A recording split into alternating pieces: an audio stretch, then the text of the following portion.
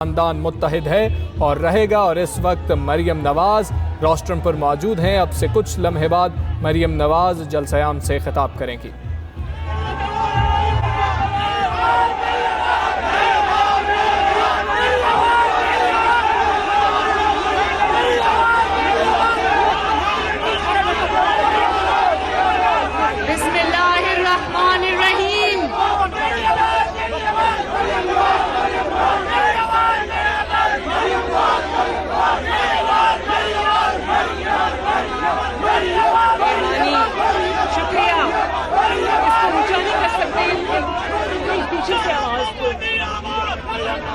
आवाज आ रही है ना?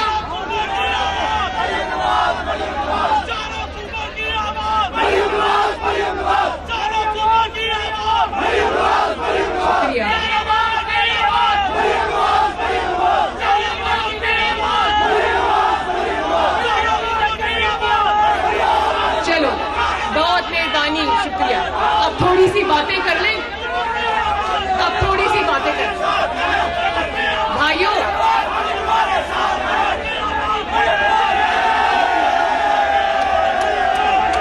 बिस्मिल्लाहिर्रहमानिर्रहीम। मुस्लिम लीग नून के सारे कायदीन को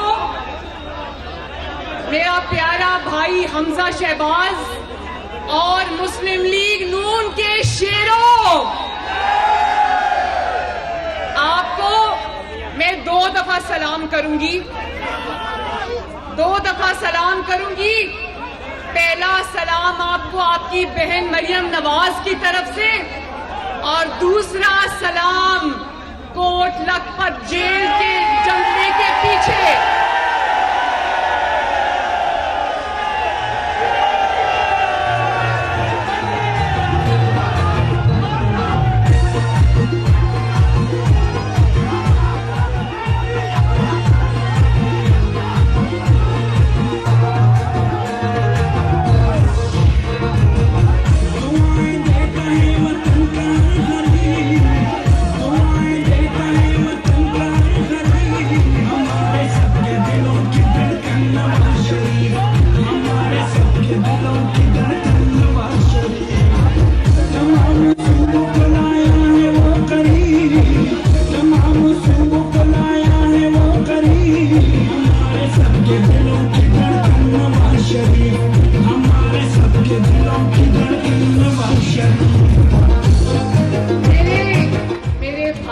बुजुर्गों और इतनी बड़ी तादाद में जो बहनें आई हैं, पहले मुझे एक बात करने दो कि रमजानुल मुबारक की तपती हुई दोपहर में घंटों से मौजूद यहाँ पे मुस्लिम लीग नून के कारकुनों के जज्बे को, उनकी मोहब्बत को, उनकी मियाँ साहब से मोहब्बत को, जमात से मोहब्बत को, पाकिस्तान से मोहब्बत को मैं सलाम पेश करती हूँ।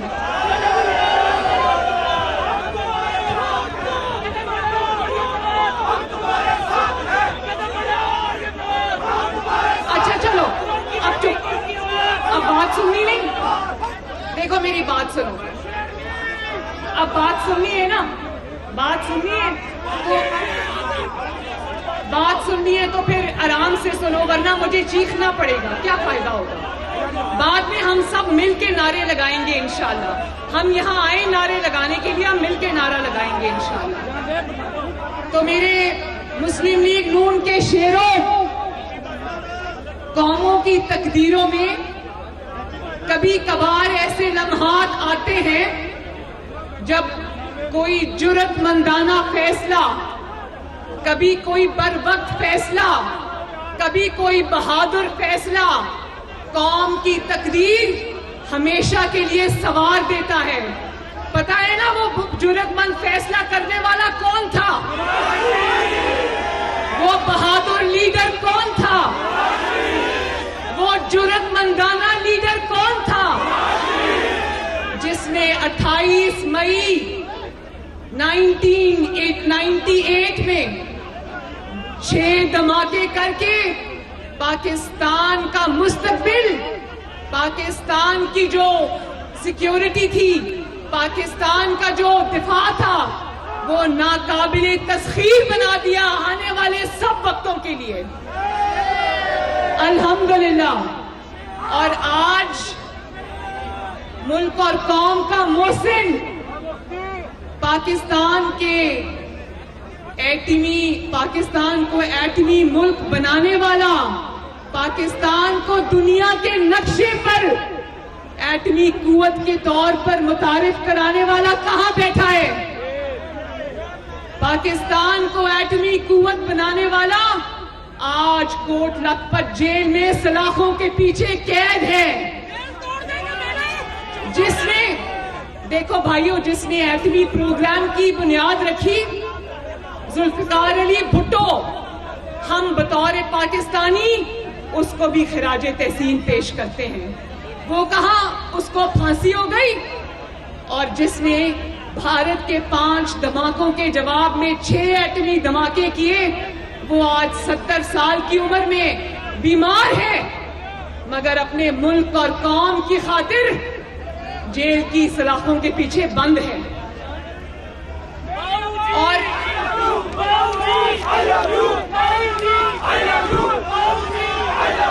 और भाइयों, पता है ना कि नवाज शरीफ को धमाके ना करने के लिए उस वक्त कितने अरब डॉलर की ऑफर हुई थी? 5 अरब डॉलर की ऑफर हुई थी। और उस वक्त के अमेरिकी सदर क्लिंटन ने 5 मर्तबा फोन करके नवाज शरीफ को कहा कि ये धमाके मत करो, लेकिन नवाज शरीफ ने ना अमेरिकी सदर की कॉलों की परवाह की, ना उसने 5 अरब डॉलर को वो खातिर में लाया, और उसने अवाम की उमंगों का जवाब दिया। मुल्क ने उसको पुकारा तो उसने अपनी जिम्मेदारी निभाई, और आज पाकिस्तान को अल्लाह ताला के फजल करम से एटमी कुव्वत बना गया।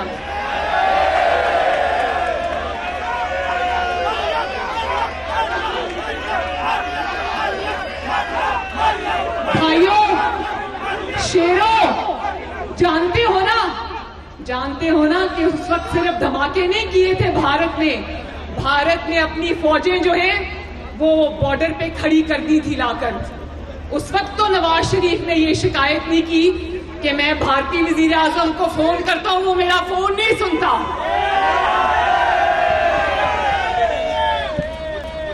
उसने तो गिला नहीं किया कि मैं फोन करता हूं, मेरा फोन नहीं सुना जाता।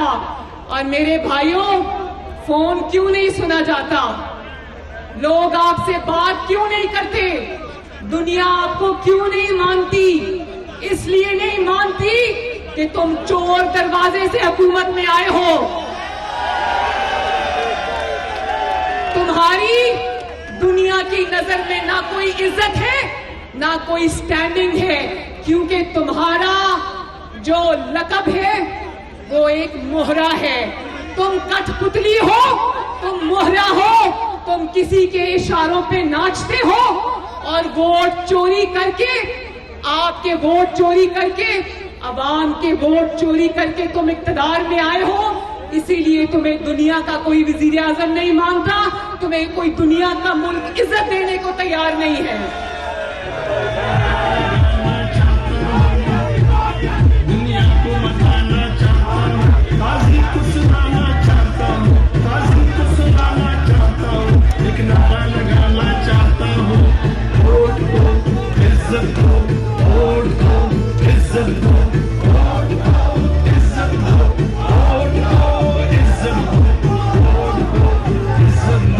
और भाइयों, ये वही मोदी है ना जो इमरान खान का फोन नहीं सुन रहा था।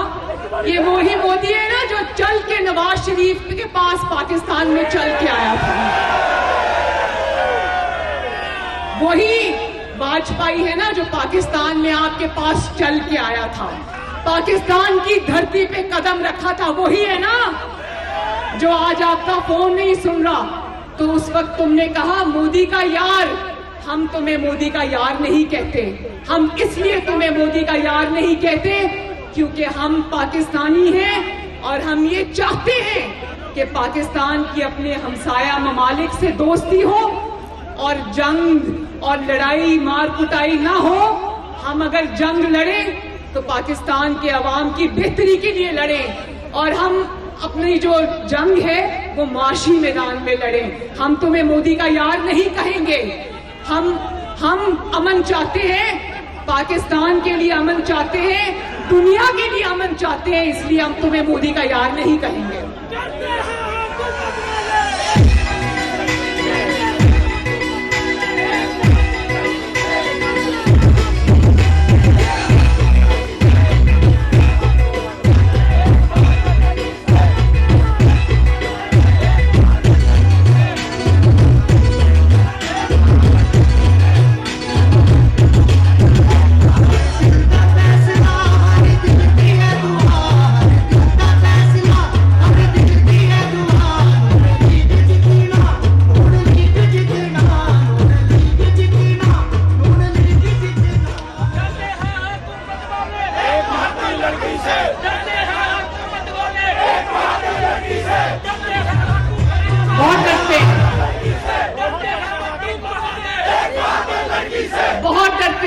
बहुत डरते हैं।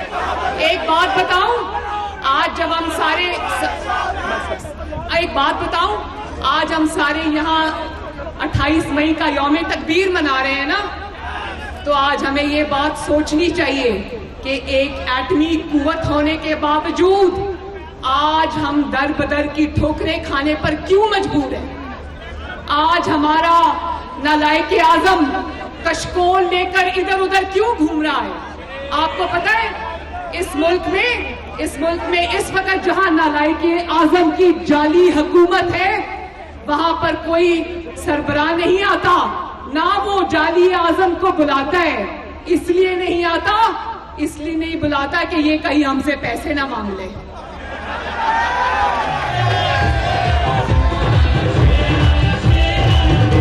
और दूसरी तरफ नवाज शरीफ है।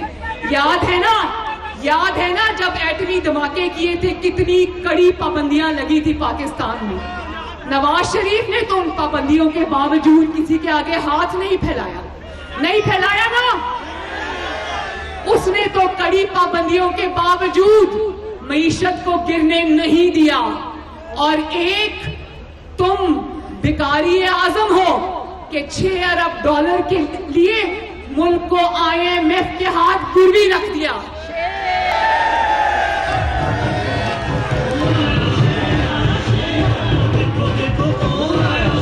भाइयों, ये कोई अचंभे की बात नहीं है।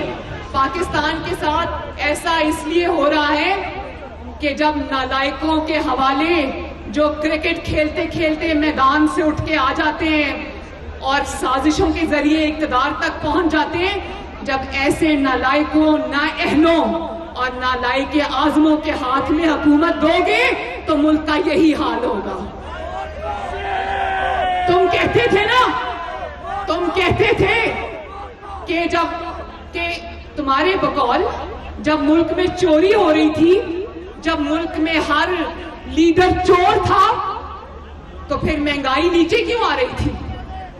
क्यों उस वक्त सड़कों के जाल बिछ रहे थे? तुमने एक ईंट भी लगाई पाकिस्तान में? एक ईंट?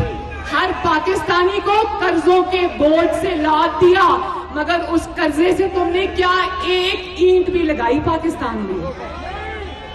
उस वक्त बकौल तुम्हारे, जब पूरे मुल्क को लूट के खाया जा रहा था, बिजली की कीमतें भी नीचे आ रही थी, बिजली के कारखाने भी लग रहे थे, सीपेक के जरिए धड़ाधड़ पाकिस्तान के अंदर इन्वेस्टमेंट भी आ रही थी, मोटरवेज का जाल भी बिछ रहा था, सड़कों का जाल भी बिछ रहा था। उस वक्त स्टॉक मार्केट ऊंचाइयों को छू रही थी, एशिया में अपना नाम बना रही थी, ज़रे मुबादला के ज़खायर बढ़ रहे थे। और तुम कहते थे ना, जब मैं आऊंगा तो मेरी शक्ल देख के लोग टैक्स दे दिया करेंगे। तो बकौल तुम्हारे, जब मुल्क को लूटा जा रहा था, उस वक्त टैक्स कलेक्शन दुगनी हो गई थी और तुम्हारे वक्त में टैक्स कलेक्शन का हाल।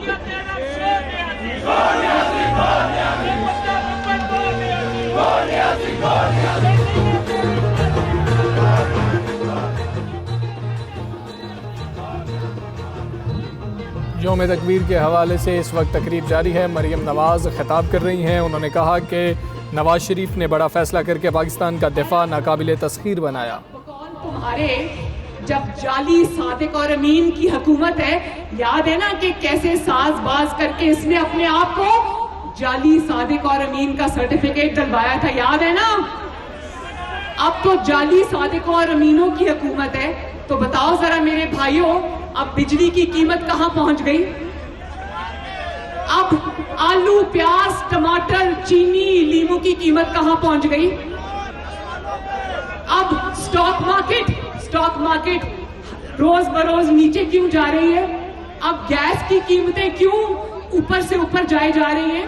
मैं एक प्रोग्राम देख रही थी टीवी में, उसमें एक 5-6 खवातीन थी, वो रमजान बाजार में बेचारी लाइनों में लगी हुई थी 1 किलो चीनी के लिए, और कहा ये वही रमजान बाजार है ना जिनको शहबाज शरीफ ने एसी लगाकर ठंडा किया होता था।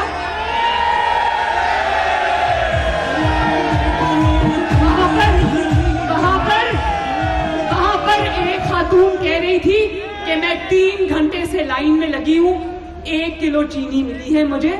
मेरे घर में चाहे 8 बच्चे हों, चाहे 10 बच्चे हों, चाहे 15 बच्चे हों, मुझे सिर्फ 1 किलो चीनी मिली है। और इसके बाद अगर मुझे 1 किलो प्याज की जरूरत है तो कहते हैं फिर से जाके लाइन में लगो।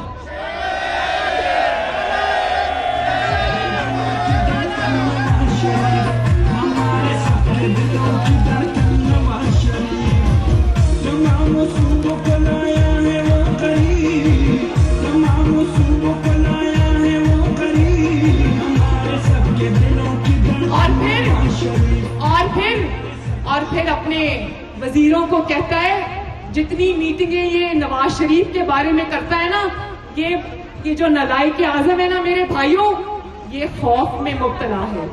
और जैसे जब इंसान गुनाह करता है ना, जब इंसान से कोई गुनाह सरजद हो जाता है, तो उस गुनाह की सबसे पहली सजा ये होती है कि इंसान के दिल से सुकून उठ जाता है। इसी तरह जो चोर दरवाजे से आया, जो वोट चोरी करके आता है, जो धांधली के जरिए आता है, वो खौफ में जीता है, वो खौफ में सांस लेता है, वो खौफ में हुकूमत करता है। और फिर कहता है कि मैं किसी को एनआरओ नहीं दूंगा। ओ भाई, तुमसे एनआरओ मांग कौन रहा है?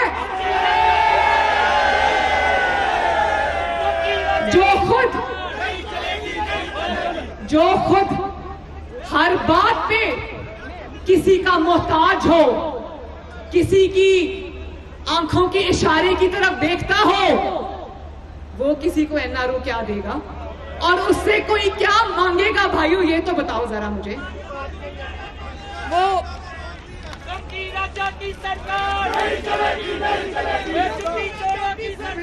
एक मिनट और मेरी बात सुनो। वो ये कहता है कि मैं एनआरओ नहीं दूंगा, और तुम खुद किसी के मोहताज हो, तुम किसी को एनआरओ क्या दोगे?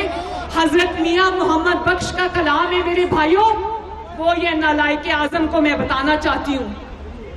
हजरत मियां मोहम्मद बख्श फरमाते हैं, मंगत बोलो मंगन वाला रहे हमेशा खाली। क्या?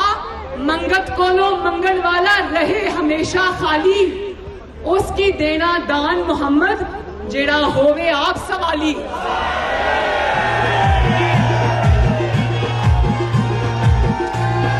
तुम्हारी तो ये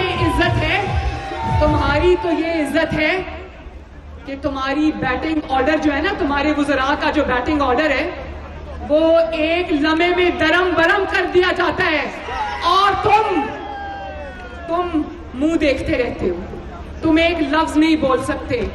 जिस दिन से तुम वजीर आजम बन के आए हो, तुम्हारी नजर नहीं उठती, तुम कौम की आंख से आंख मिला के बात नहीं कर सकते, क्योंकि तुम जानते हो कि तुम अवाम के बलबूते पे नहीं आए, तुम वोट के बलबूते पे नहीं आए, तुम साजिश करके आए हो। इसीलिए तुम्हें नवाज शरीफ को जेल में रखना पड़ता है। नवाज शरीफ बाहर हो तो तुम्हारी हुकूमत एक दिन नहीं चलती। ये है खौफ जिसमें तुम जीते हो।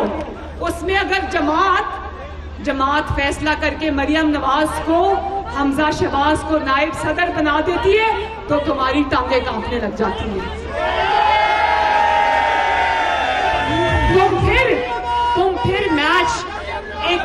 तुम फिर मैच फिक्स करके कभी किसी अदालत की तरफ भागते हो, कभी किसी अदालत की तरफ भागते हो। और भाई अदालतों में क्या जाते हो, मरियम नवाज से, हमजा शहबाज से मैदान में मुकाबला करो। ये खड़ी है मरियम नवाज, ये बैठा है हमजा शहबाज। आओ अदालतों के पीछे ना छुपो, इदारों के पीछे मत छुपो, मैदान में मुकाबला करो। मुस्लिम लीग नून के शेरों से मैदान में मुकाबला करो। और जितनी तवज्जो देखो, पिछले 7-8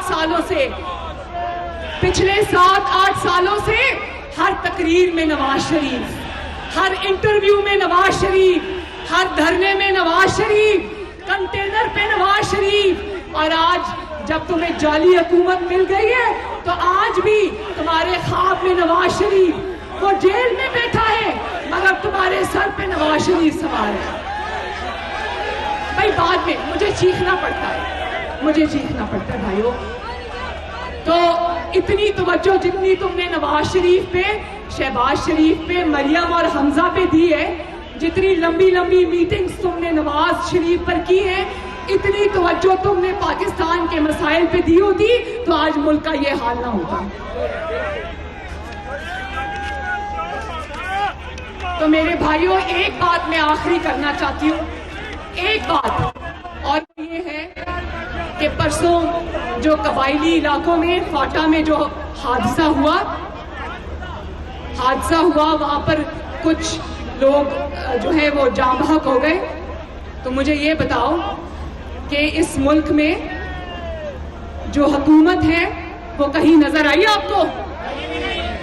कहीं एक भी जालिए आजम की तरफ से एक भी बयान आया?